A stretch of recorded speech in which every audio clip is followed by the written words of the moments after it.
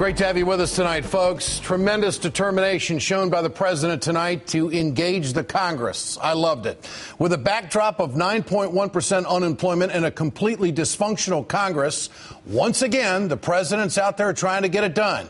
He laid out his American Jobs Act. The president put a clear, semi-detailed package on the table and challenged the Republicans to get in the game, to help America out, create jobs. President Obama said that there should be nothing controversial about his plan.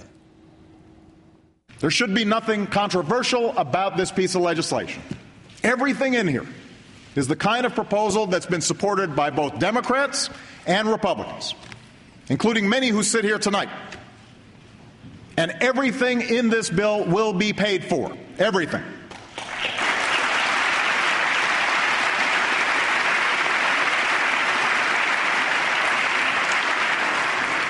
The purpose of the American Jobs Act is simple: to put more people back to work and more money in the pockets of those who are working.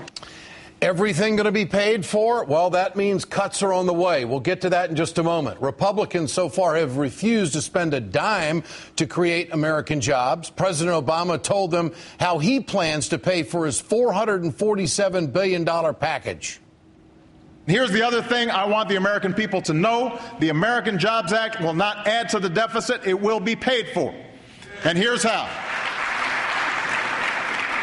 The agreement we passed in July will cut government spending by about $1 trillion over the next 10 years. It also charges this Congress to come up with an additional $1.5 trillion in savings by Christmas. Tonight, I am asking you to increase that amount so that it covers the full cost of the American Jobs Act.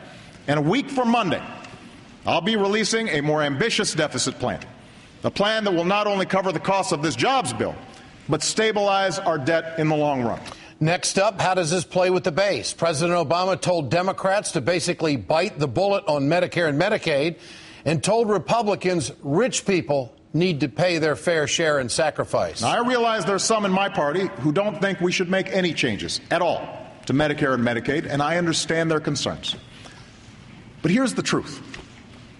Millions of Americans rely on Medicare in their retirement, and millions more will do so in the future. They pay for this benefit during their working years. They earn it. But with an aging population and rising health care costs, we are spending too fast to sustain the program. And if we don't gradually reform the system while protecting current beneficiaries, it won't be there when future retirees need it. We have to reform Medicare to strengthen it. I'm also well aware that there are many Republicans who don't believe we should raise taxes on those who are most fortunate and can best afford it. But here's what every American knows. While most people in this country struggle to make ends meet, a few of the most affluent citizens and most profitable corporations enjoy tax breaks and loopholes that nobody else gets. Got to admit it, folks, Medicare cuts are going to be a tough sell to the Democrats, and so will the president's proposal to cut the corporate tax rates. I'll also offer ideas to reform a corporate tax code that stands as a monument to special interest influence in Washington. By eliminating pages of loopholes and deductions, we can lower one of the highest corporate tax rates in the world. And the president said this bill is about priorities. Should we keep tax breaks for millionaires and billionaires? Or should we put teachers back to work so our kids can graduate ready for college and good jobs? Right now, we can't afford to do both. This isn't political grandstanding. This isn't class warfare. This is simple math. This is simple math. These are real choices. These are real choices that we've got to make. And I'm pretty sure I know what most Americans would choose. It's not even close.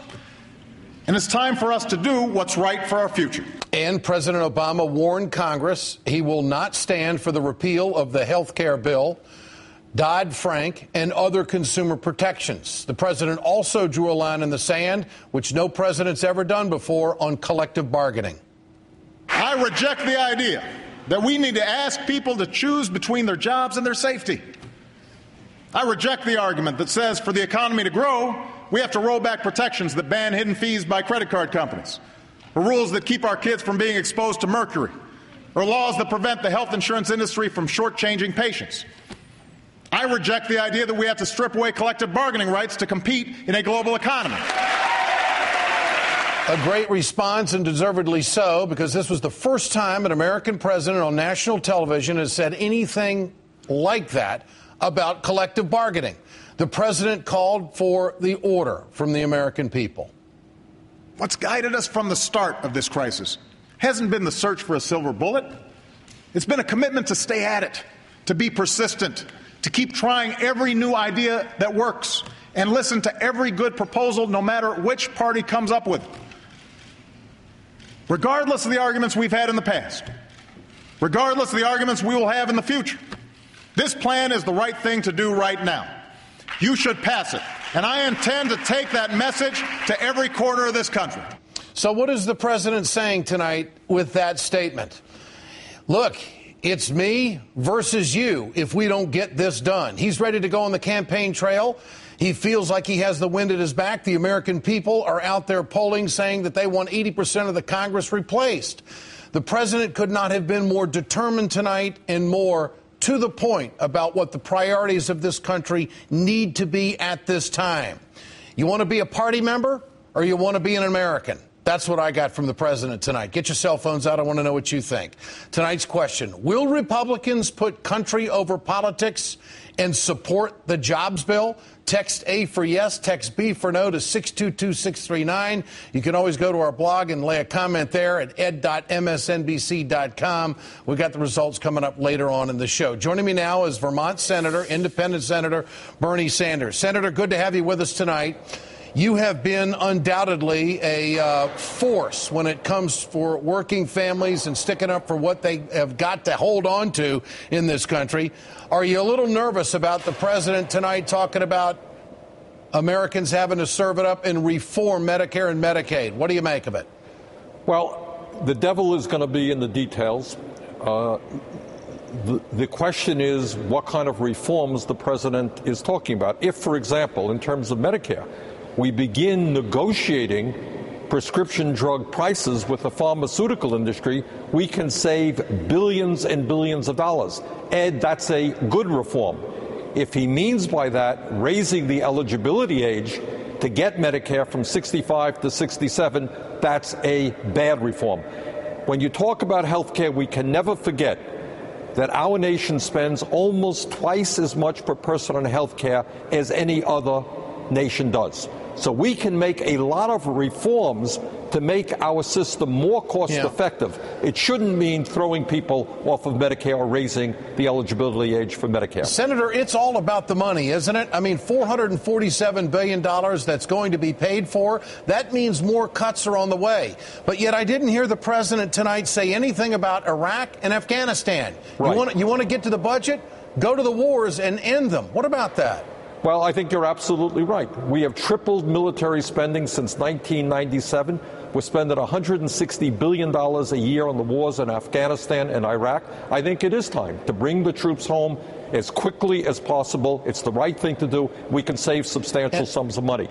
And the other issue out there is the president touched on a number of enormously important themes: infrastructure, rehiring teachers, summer jobs for kids, extending unemployment. All of those are good things. One of the concerns that I have is most of his effort is going into tax breaks. And I'm not quite sure that the tax breaks route is as effective as direct investment in terms of creating jobs. He gave the Republicans tonight what they've been asking for months, and that's corporate tax breaks, reducing the rate from 35 to 25, although he did not throw out a specific number, but he talked about reduction, on the hope that he could close some loopholes, which Republicans have been against all along. So which is it? What can he get? What will Congress go along with? Well, I'll tell you, nobody knows the answer now, but this is what I did like. He said he was going to get out and talk to the American people, demand the American people to start pressuring Congress to address the horrendous jobs crisis that we currently face. And if he does that, and he does it well, we can turn this thing around, put the Republicans for a change on the defensive. We got 16% of our people are unemployed and underemployed. We need a major jobs program, and we need it now. All right. Do you think he'll get any help quickly? I mean, Mr. Boehner tonight said it has some merit. It was not the hostile response in which we are used to from the Republicans. Is there a ray of hope here? I think there is. If the American people stand up and say no more tax breaks for the rich, let's rebuild America, let's create the jobs we need, we can win this thing. All right. Senator Sanders, thanks for your time tonight. Now let's turn now to Democratic strategist Bob Shrum.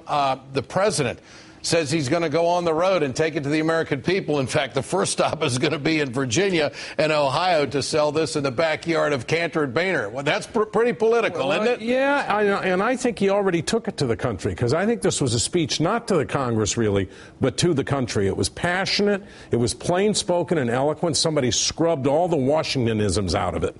I mean, so you didn't hear a lot of technical language. I think people could understand it. And I think the president displayed and showed the country that he was the one who was out there who was going to fight for the middle class, fight for jobs, fight for ordinary, hardworking and out-of-work Americans. Did you watch Boehner during the speech?